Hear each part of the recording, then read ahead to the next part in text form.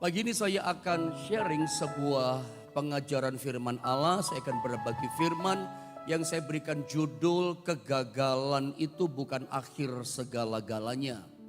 Kita orang Kristen gak boleh takut gagal. Karena ternyata di ujung kegagalan terdapat yang namanya keberhasilan. Catat statement saya ini saudara ya. Bahwa orang yang takut gagal itu dia gak ingin berhasil sebetulnya. Ya, makanya sebagai orang percaya, kita mesti percaya kegagalan itu bukan akhir segalanya, bukan kehancuran buat kita. Kita baca ayatnya ya. Yosua pasal 1 ayat 7 dan ayat yang ke-8. Saya baca ayat 7 begitu ya. Lalu 8-nya sama-sama kita baca. Yosua pasal 1 ayat 7 begini kata firman. Hanya kuatkan dan teguhkanlah hatimu dengan sungguh-sungguh. Bertindaklah hati-hati sesuai dengan seluruh hukum yang telah diperintahkan kepadamu oleh hambaku Musa. Janganlah menyimpang ke kanan atau ke kiri supaya engkau beruntung kemanapun engkau pergi. Ayat 8 sama-sama kita baca. 1, 2 dan 3. Janganlah engkau lupa memperkatakan kitab Taurat ini, tetapi renungkanlah itu siang dan malam, supaya engkau bertindak hati-hati sesuai dengan segala yang tertulis di dalamnya. Sebab dengan demikian perjalananmu akan berhasil dan engkau akan beruntung. Nanti ujungnya yang saya mau sampaikan sama saudara itu intinya begini. Kalau bicara kegagalan, tadi saya sempat bilang sama saudara, jangan takut gagal. Karena ternyata di ujung kegagalan terdapat yang namanya keberhasilan. Orang bisa saja mengalami kegagalan. Tapi di ujung setiap kegagalan yang kita alami, saya percaya terdapat yang namanya keberhasilan. Orang yang takut gagal berarti dia tidak ingin berhasil. Dan ayat ini bilang keberhasilan itu adalah sebuah perjalanan. Dari mana kita tahu? Dari ayat ke-8. Saya baca ulang sekali lagi ya. Temukan kalimatnya, saya bacakan dan dapatkan rema, pewahyuan dari firman Allah pagi hari ini. Saya baca ulang saja dari ayat ke-8. Dari kalimat awal maksud saya. Janganlah engkau lupa memperkatakan kitab Taurat ini, tetapi renungkanlah itu siang dan malam. Saya tidak akan membahas ini, kayaknya berkali-kali saya bahas tentang perenungan firman, bagaimana merenungkan firman. Saya nggak bahas, saudara ya. Supaya dikatakan engkau bertindak hati-hati sesuai dengan segala yang tertulis di dalamnya. Perhatikan kalimat ini. Sebab, ini luar biasa kalimatnya. Dengan demikian dikatakan perjalananmu akan berhasil dan engkau akan beruntung. Bahwa yang namanya keberhasilan dalam hidup kita, keberuntungan dalam hidup kita itu adalah sebuah perjalanan. Nanti kita bahas itu, saudara ya. Saya ulang, keberhasilan, keberuntungan masa depan kita, suksesnya hidup kita, itu Alkitab katakan adalah sebuah perjalanan. Perjalanan gitu loh. Jadi sukses, berhasil itu bukan tujuan kita. Saya ulang. Tujuan kita itu bukan sukses, ya. Tujuan kita itu bukan berhasil. Mungkin Anda berkata, tunggu dulu. Saya sedang tidak salah berbicara loh saudara. Saya sedang tidak salah lidah, salah berkata, enggak. Saya sadar dengan yang saya katakan karena firman Allah berkata, keberhasilan itu sebuah perjalanan. Saudara ya, bukan tujuan. Tujuan kita bukan sukses loh. Tujuan kita bukan berhasil loh. Makanya Anda perhatikan di firman Allah ini. Keberhasilan itu perjalanan. Nah, untuk mencapai tujuan keberhasilan itu. Dalam perjalanan mencapai ke sana. Di depan kita, di kanan kiri kita. Kita akan menemui, mendapatkan, mengalami yang namanya keberuntungan. Dalam mencapai perjalanan tujuan yang namanya sukses, berhasil, beruntung. Di depan kanan kiri kita mengalami namanya keberhasilan. Perjalanan. Sekarang ada berhasil, di depan masih ada keberhasilan. Di depan masih ada keberhasilan. Tapi ingat, tujuan kita bukan berhasil. Karena banyak orang berhasil gagal dalam hidupnya. Berhasil hidupnya menjerit, sukses tapi menjerit hatinya. Nanti kita lihat itu. Tapi saya ingin pada bagian awal Anda ngerti. Saya sadar sedang tidak salah bicara. Bahwa tujuan kita bukan sukses. Roma 8:29. Tujuan hidup kita cuma satu, kita dipanggil. Tahu tujuan kita apa? Roma 8:29. Ya kalau boleh dari awal deh dibuka ayat ini. Multimedia tolong disediakan dulu. Karena saya digerakkan Tuhan ngomong dari awal nih. Roma 8:29. Saya gak sempat catat ini ayat. Tapi sama-sama kita baca. Ini tujuan panggilan Tuhan pilih setiap kita. Tujuannya ini. Cuman satu tujuan orang Kristen. Saya ulang ya. Tujuan orang Kristen cuman satu ya, cuman ini. Roma 8:29 tujuan kita. Sama-sama kita baca 2, 3. Sebab semua orang yang dipilihnya dari semula, mereka juga ditentukannya dari semula untuk menjadi serupa dengan gambaran anaknya, supaya ia anaknya itu menjadi yang sulung di antara banyak saudara. Bahwa dari semula kita ditentukan Tuhan, ini desain Tuhan, destiny Tuhan buat kita orang Kristen. Rencananya cuma ini buat kita, tujuannya cuma satu, serupa dengan gambaran anaknya, serupa seperti Yesus. Itu tujuan kita, bukan sukses, bukan berhasil.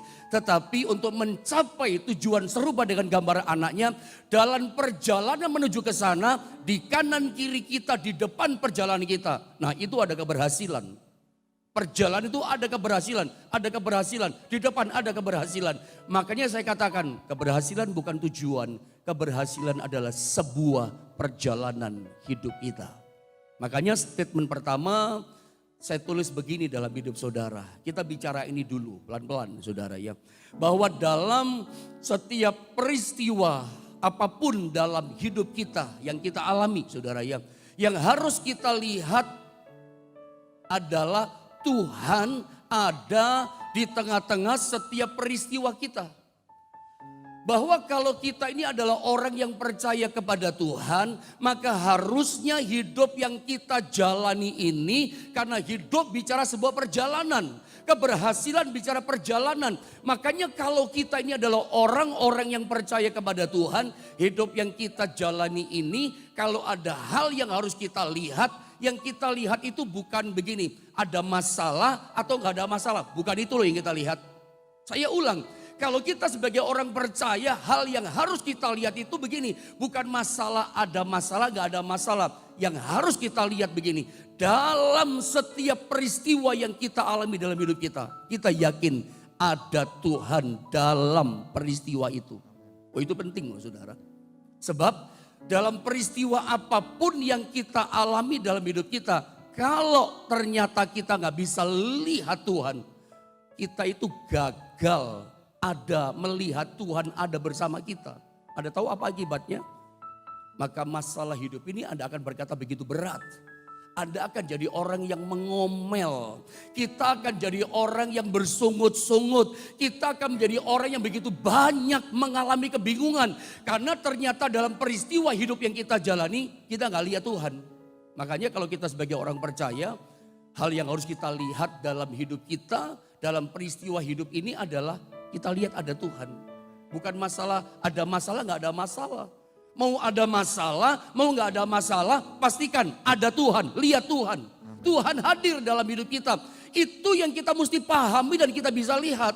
Kalau dalam peristiwa hidup ini kita nggak bisa lihat Tuhan. Waduh, Anda akan berkata, kok berat ya Pak hidup ini, kok susah ya Pak hidup ini. Anda akan banyak mengalami persungkutan. Anda akan banyak mengalami kebingungan dalam iman kekristenanmu. Contoh yang paling jelas itu adalah bangsa Israel kalau Anda tahu. Bangsa Israel saya sebut adalah bangsa yang gagal melihat bahwa Tuhan itu ada di tengah-tengah mereka. Makanya mereka gagal masuk tanah Kanaan. Tahukah saudara kenapa mereka gagal masuk tanah perjanjian yang Tuhan sediakan buat mereka? Kenapa gagal? Karena mereka gagal paham istilah orang zaman sekarang itu gagal melihat, itu gagal paham. Gak lihat Tuhan.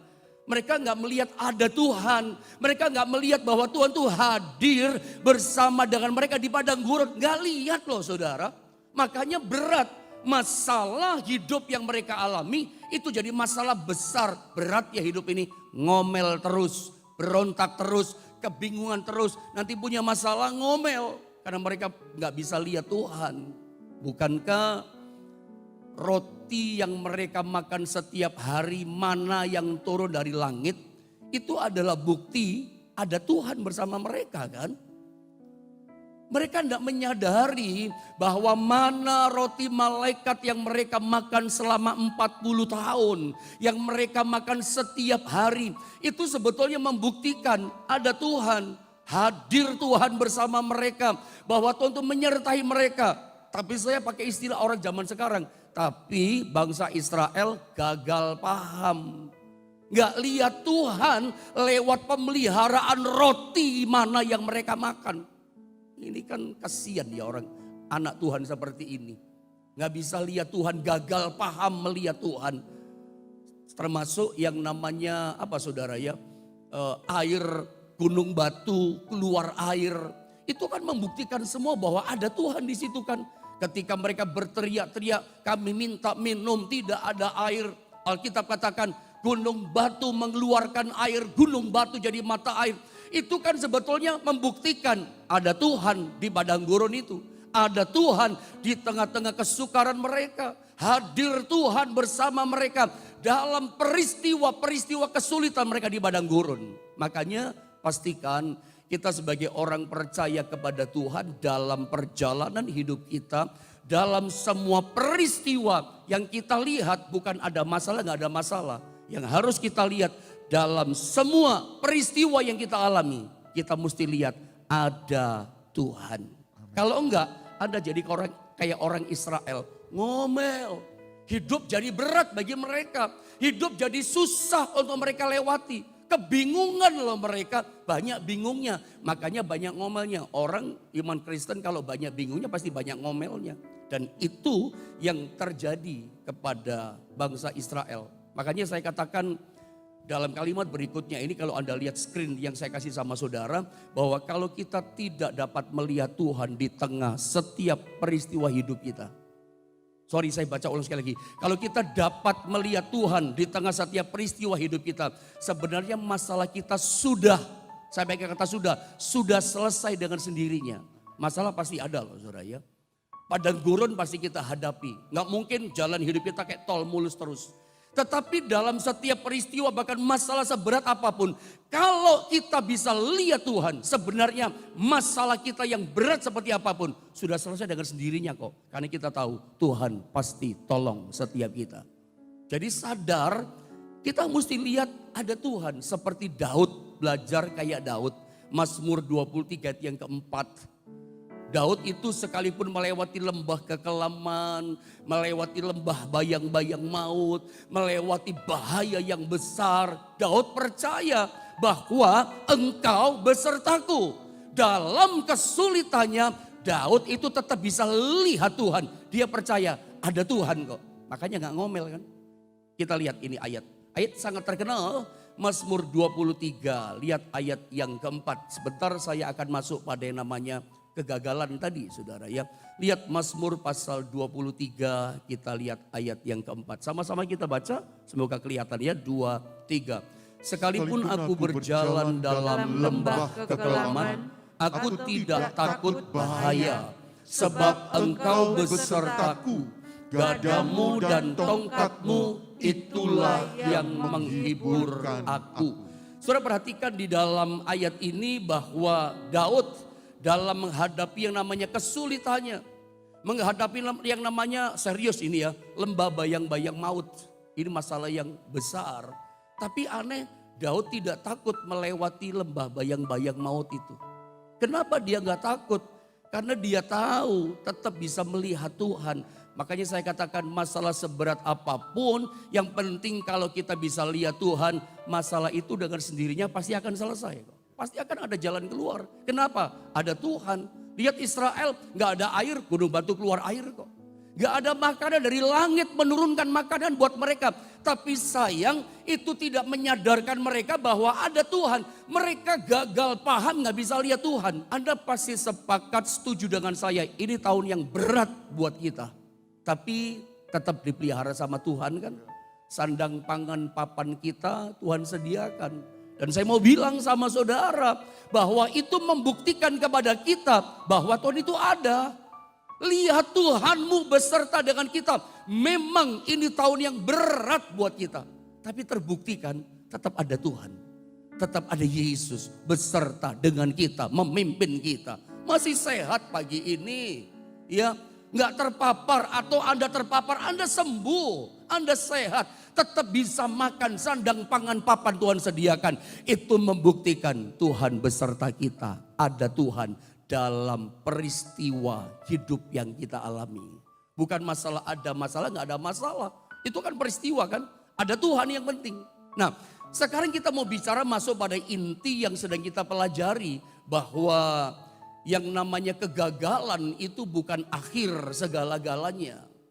Ya, kegagalan itu bukan mustahil ya untuk kita bangkit. Kegagalan itu bukan berarti hancur lebur hidup kita, kacau balau, finish kehidupan kita. Enggak, saudara ya. Anda mesti percaya bahwa di balik setiap kegagalan kita ada Tuhan yang sanggup menolong kita. Ingat, Alkitab berkata Tuhan kita adalah Tuhan yang tidak pernah gagal. Percaya begini, kalau kita lihat Tuhan dalam kegagalan kita, Tuhan pasti kasih harapan, kasih pertolongan kepada orang yang percaya kepada Dia. Saudara percaya nggak tahu Tuhan sanggup tolong setiap kita? Jangan takut dengan kegagalan. Saya boleh ya sodorkan sebuah pertanyaan kepada saudara. Berapa banyak di antara saudara yang pernah mengalami kegagalan dalam hidup saudara? Pernah nggak mengalami gagal? Saya tanya, saya percaya Anda adalah orang yang jujur kepada hati nuranimu. Kita nggak mungkin dong menipu hati nurani kita. Pernah gagal saudara? Ada orang misalnya, coba saya ngomong sama saudara ya. Ada orang gagal dalam membangun hubungan dengan orang lain. Misalnya gagal dalam perjodohan. Sudah lamaran, sudah pertunangan gitu ya. Tinggal satu langkah akan diberkati dalam nikah kudus di gereja sama hamba Tuhan. Ternyata gagal. Pernah tidak di antara saudara yang mengaku, saya pernah gagal pendeta dalam membangun hubungan soal perjodohan. Menyakitkan kan saudara ya. Ada gak saudara yang pernah gagal membangun hubungan dalam apa? Pernikahan. Dengan istrimu engkau gagal membangun hubungan. Dengan suamimu engkau gagal membangun hubungan. Dalam rumah tanggamu pernikahan saudara gagal. Lalu berakhir dengan perceraian. Ada kan orang alami kegagalan perceraian. Ada orang gagal dalam bisnisnya. Dalam perniagaannya, usahanya, perdagangannya dia gagal. Ekonomi keuangan dibangun gagal, dia bangkrut. Orang bangkrut, orang pailit dalam pekerjaannya itu gagal saudara. Dan masih banyak kegagalan-kegagalan yang lain segala macam. Yang mungkin saya nggak harus katakan satu persatu karena waktu. Kegagalan itu macam-macam. Ada banyak orang mengalami macam-macam kegagalan. Tetapi yang harus saya lepaskan, saya sampaikan kepada saudara adalah begini. Ketika saudara mengalami sebuah peristiwa yang namanya kegagalan dalam hidup saudara, saya mau katakan lewat tema firman ini, saudara, kegagalan kita itu bukan akhir segala-galanya. Maksud saya, jangan sampai kegagalan macam-macam hal yang saya katakan tadi itu membuat saudara jadi stres. Tahukah saudara, banyak orang di dunia ini ketika dia mengalami peristiwa kegagalan, dia itu stres, dia depresi, dia frustasi, dia putus asa. Dan justru keputusasaan frustasinya karena mengalami kegagalan, stresnya inilah membuat dia gak bikin apa-apa. Justru seperti kena lingkaran setan, makin dalam dia terpuruk dalam kegagalannya dan tidak pernah bisa bangkit. Kenapa? Stres. Ini kan yang penting kita bahas hari ini. Banyak orang terpuruk loh. Banyak orang frustasi loh. Banyak orang berpikir bahwa kegagalan akhir kehidupannya. Kegagalan di akhirnya membuat dia finish saudara ya. Padahal di dalam Tuhan ada pengharapan. Tuhan sanggup menolong setiap kita yang percaya, berharap kepada Dia. Orang yang mau bangkit Tuhan pasti bisa tolong. Ada satu ayat saudara saya mau bacakan sama saudara. Itu Amsal pasal 24. Kalau gak salah pada ayat 16. Saya tidak sempat menuliskan gambar-gambar dan ayat yang banyak sama saudara. Lihat Amsal 24 ayat 16. Ya, ini ada ayatnya. Bolehkah sama-sama kita membaca ayat ini? Ini tentang kegagalan. 7 kali itu angka sempurna, kesempurnaan dalam kegagalan. Mari kita lihat, kita baca saudara ya. Amsal 24 ayat 16. 1, 2, 3. Sebab 7 kali orang benar jatuh, namun ia bangun kembali. Tetapi orang fasik akan roboh dalam bencana. Bukankah Anda dan saya, kita semua bukan orang fasik? Kita bukan orang yang gak percaya pada Tuhan. Kita itu memiliki Yesus beruntung, tapi jangan lupa satu hal. Kita juga dimiliki oleh Yesus. Anda itu milik Yesus loh. Yang punya hidup kita Tuhan. Tuhan telah tebus dengan darahnya. Kita bukan orang fasik. Lihatlah ayat ini.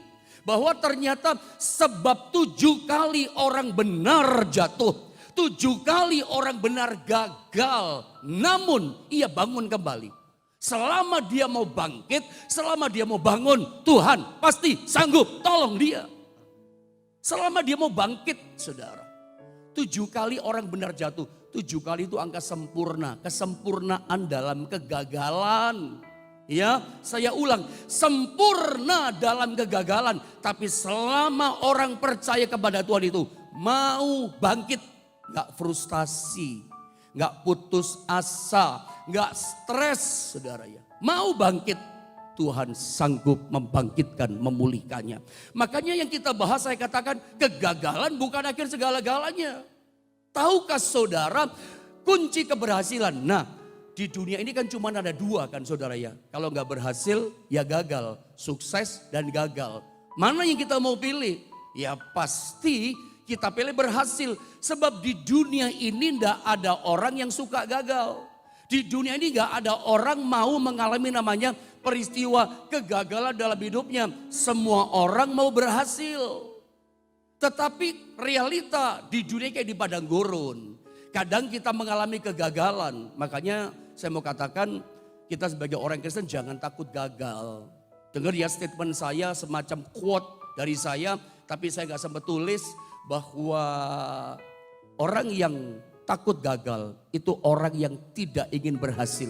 Ingat-ingat saudara ya. Orang yang takut gagal itu berarti orang yang tidak ingin berhasil. Karena di ujung kegagalan pasti terdapat keberhasilan. Jadi dengan kata lain begini. Saya mau bilang sama saudara bahwa kunci keberhasilan adalah jangan takut gagal. Ya. Kunci keberhasilan itu adalah jangan takut gagal. Banyak orang memang yang dikejar cuma tahunya berhasil. Begitu mengalami kegagalan dia gak berani mencoba. Orang kalau takut gagal dia gak berani mencoba. Kita itu sebetulnya berhutang ya sama seorang yang bernama Thomas Alva Edison. Itu loh penemu lampu pijar. Kalau gak ada Thomas Alva Edison ya kita gelap. Lampu terang. Di gereja ini terang, di rumah saudara terang itu kan karena penemuan daripada Thomas Alva Edison. Saya boleh bertanya sama saudara, menurut Anda, sepengetahuan Anda searching di Google, di internet, berapa kali yang namanya Thomas Alva Edison dalam percobaannya ya, percobaannya dia untuk menemukan lampu itu berapa kali dia gagal. Kalau kita baca itu dituliskan 10.000 kali. Dalam setiap tes percobaan yang dia buat itu dia gagal. Orang katakan gagal, tapi Anda lihat statement daripada Thomas Alva Edison. Coba lihat searching di Google itu banyak kan statementnya dia. Quote-quote-nya Thomas Alva Edison ternyata banyak banget. Dia berkata begini, saya tidak mengalami kegagalan 10.000 kali. Enggak, dia katakan. Saya menemukan cara yang salah, cara yang tidak benar 10.000 kali. Dan dari kegagalan 10.000 kali itulah saya menemukan cara yang benar untuk membuat lampu itu. Dia gak berkata gagal ya ternyata ya. Saya menemukan cara yang salah 10.000. Dan dia belajar dari kesalahannya itu sehingga dia menemukan satu cara yang benar membuat lampu pijar. Sehingga terciptalah lampu pijar itu. 10.000 kali loh saudara dia. Dia mengalami kegagalan dan ternyata di ujung kegagalan adalah keberhasilan. Kita berhutang kepada orang ini saudara ya. Makanya saudara jangan takut gagal. Karena ternyata di ujung kegagalan terdapat namanya keberhasilan. Seringkali orang itu berhasil yang dikejar menjadi tujuan. Karena dia pikir wah keberhasilan pasti menyenangkan. Coba sebagai ayat-ayat terakhir kita kembali ya kepada ayat renungan kita tadi. Di dalam Yosua pasal 1 langsung saya baca, langsung sama-sama kita baca ayat 8 saudara. Ayat 7 kita lewat ya, ayat 8 ya. 1, 2, dan 3. Janganlah engkau lupa memperkatakan kitab Taurat ini. Tetapi renungkanlah itu siang dan malam. Supaya engkau bertindak hati-hati sesuai dengan segala yang tertulis di dalamnya. Perhatikan, sebab dengan demikian perjalananmu akan berhasil dan engkau akan beruntung. Bukankah ini yang dicari sama orang? Beruntung dan berhasil. Dan Alkitab katakan jelas, buktinya otentik. Keberuntungan, keberhasilan itu sebuah perjalanan bukan tujuan. Jadi saya harus ulang sekali lagi. Jangan saudara sebagai orang Kristen miliknya Yesus, percaya pada Yesus. Keberhasilan itu, kesuksesan itu, keberuntungan itu saudara jadikan tujuan hidupmu. Itu salah loh. Tujuan hidup kekristenan serupa seperti Kristus tambah cinta Tuhan. Karakter kita makin diobahkan. Hidup kita diubah. Karakter kita diubah. Harus seperti Yesus ngalami Tuhan dalam hidup kita. Itu harus tujuan kita. Tujuan kita tuh perkara-perkara rohani. Nah, untuk mencapai berubah serupa seperti Kristus. Hidup yang kita jalani di depan kita ada keberuntungan. Ada keberhasilan. Jadi jangan salah menjadikan sasaran tujuan hidup kita. Ada banyak orang berpikir itu wah sukses itu segala-galanya. Tidak. Sukses itu saya katakan bukan segala-galanya. Itu kan Anda yang berkata orang di luar sana bahwa sukses itu segala-galanya loh Pak. Masih banyak orang Kristen yang berkata seperti itu. Mengatakan sukses segala-galanya. Saya buktikan saudara ya. Bukan berarti orang yang punya uang banyak, harta banyak, sukses pekerjaannya, sukses materinya, itu segala-galanya buat dia. Banyak orang sukses menjerit loh hatinya. Enggak segalanya. Saya kasih contoh terakhir ya. Anda tahu kan yang namanya Jack Ma? Tahu pasti namanya Jack Ma ya. Tahu dalam arti ya pernah bacalah di Google. Pernah bacalah di WhatsApp saudara. Tentang seorang yang mungkin terkaya di Cina hari namanya adalah Jack Ma. Seorang yang sukses dalam bisnis online yang namanya Alibabanya itu. Pernah dengar itu kan saudara ya? Sukses besar dia dengan bisnis online. Apalagi masa pandemi ini kan online semua, belanja online. Alibaba itu kan belanja online kan, sukses besar loh, mendunia seorang Jack Ma gitu. Tapi tahukah saudara, orang yang sukses secara pekerjaan, sukses dalam dunia bisnis online Alibaba itu. Satu kali dia semacam memberi kuliah umum, seminar gitu di depan para mahasiswa orang-orang muda. Ketika sesi itu presentasi dia sampaikan, giliran ada yang bertanya. Ada seorang anak muda berdiri bertanya kepada Jack Ma. Bapak Jack Ma, saya boleh bertanya? Silakan bertanya, kata Jack Ma. Anak muda bertanya begini. Dalam kehebatan Bapak Jack Ma, dalam kesuksesan Pak Jack Ma dalam bisnis online, merajai bisnis online dengan Alibabanya itu. Pernahkah Bapak dalam kesuksesan bisnis online Alibaba menyesali sesuatu? Jack Ma nggak langsung jawab. Dia pikir dulu. Lalu kemudian dia jawab berkata begini. Ada yang saya sesali dalam kesuksesan bisnis online Alibaba saya. Yang saya sesali adalah ini. Lalu dia berkata, istri saya dan anak-anak saya berkata begini. Papa miliknya Alibaba. Papa bukan milik kami, bukan milik keluarga. Itu nangis loh Jack Ma. Kenapa? Dia gak ada waktu untuk istri. Dia gak ada waktu untuk anak-anaknya kalau Anda tahu.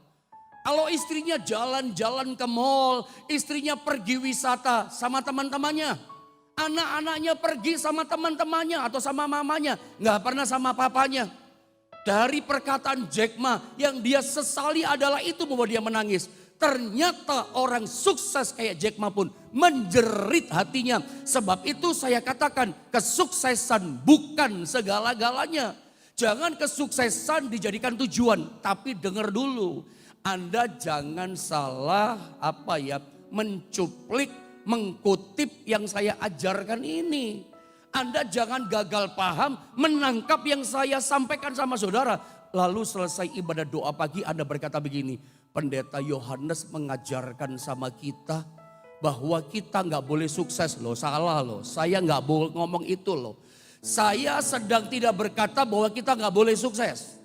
Saya tidak sedang mengajar bahwa kita anti sukses. Siapa yang bilang kita boleh sukses? Bahkan sukses berhasil diberkati itu janji Tuhan kok. Tapi jangan jadikan tujuan. Tujuan kita bukan sukses. Tujuan kita serupa seperti Kristus. Rohani kita loh. Karakter kita, iman kita loh makin berubah makin kuat. Makin cinta Tuhan, makin diobahkan karakter kita. Itu harus jadi tujuan kita. Nah, mencapai tujuan itu dalam perjalanannya. Kalau kita taat cinta Tuhan memang mau berubah. Di depan kita, di kanan kiri kita ada keberuntungan buat saudara. Katakan amin. Ada keberhasilan buat saudara. Mungkin kita dalam peristiwa mengalami kegagalan. Alkitab katakan Amsal 24:16. Orang benar yang cinta Tuhan, yang tujuannya mau serupa seperti Kristus.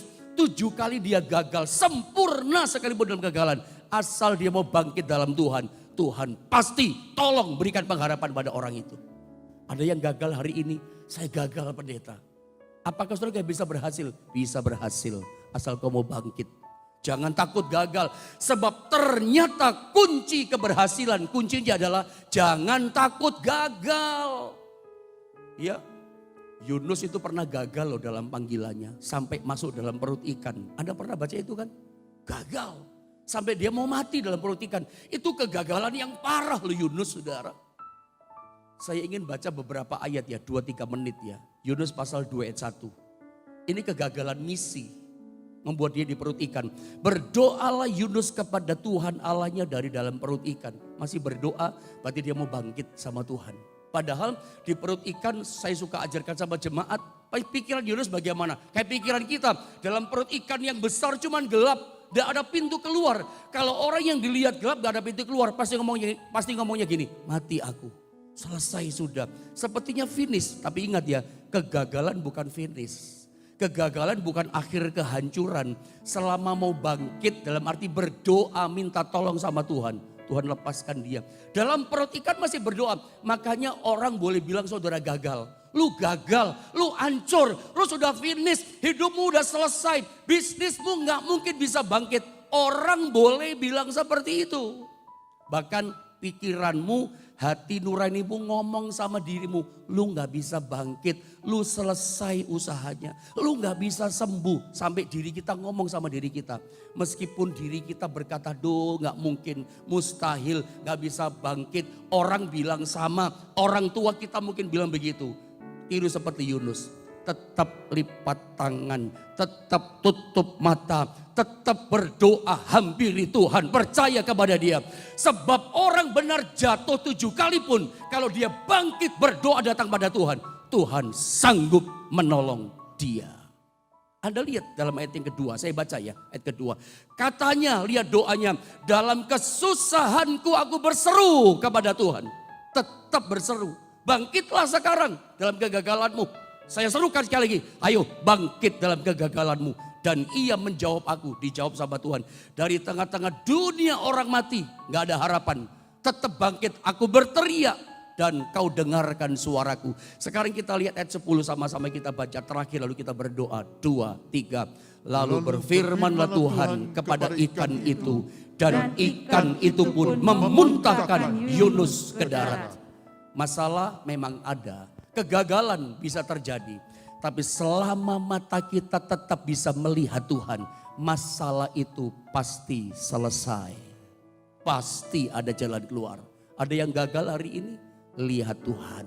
Pandang Tuhan yang sanggup menolong setiap kita.